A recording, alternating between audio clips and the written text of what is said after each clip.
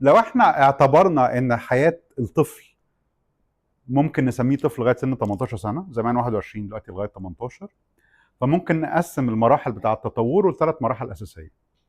اول 6 سنين، تاني 6 سنين، تالت 6 سنين.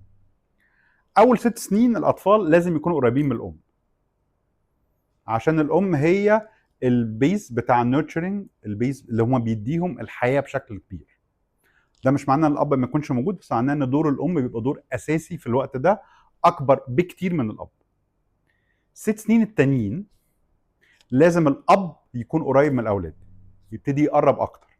ليه؟ عشان دور الاب ساعتها ان هو ياخد الاولاد من العالم الداخلي بتاع البيت، ياخدهم للعالم الخارجي اللي هم فيه هيقدروا يتعاملوا مع الحياه.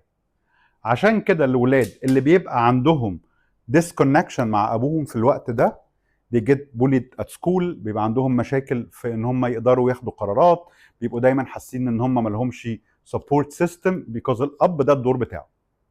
اوكي؟ عشان كده المرحله دي مرحله مهمه جدا، لازم الاب يكون فيها involved، وانفولد مش بان هو بيسقر عليهم بالليل وهم نايمين طبطب عليهم، لازم يكون involved معانا ان هم يحسوا بوجوده physically يفضل، وكمان ايموشنلي. المرحله الثالثه اللي هي مرحله بعد 12، اللي هي مرحله البلوغ. البنت محتاجه تقرب من امها عشان تتعلم الانوثه، والاب والولد محتاج يقرب من ابوه عشان يتعلم الرجوله.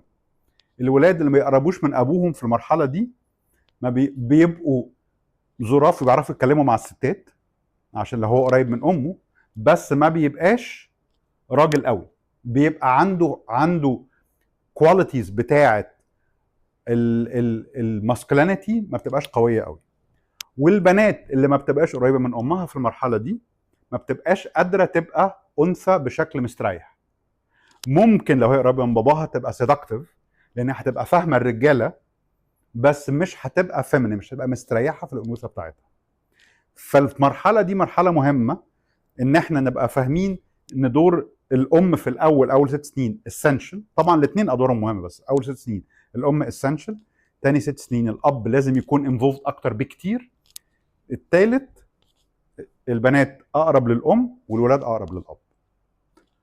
ده بشكل عام، طبعا في اكسبشن بس ده بشكل عام.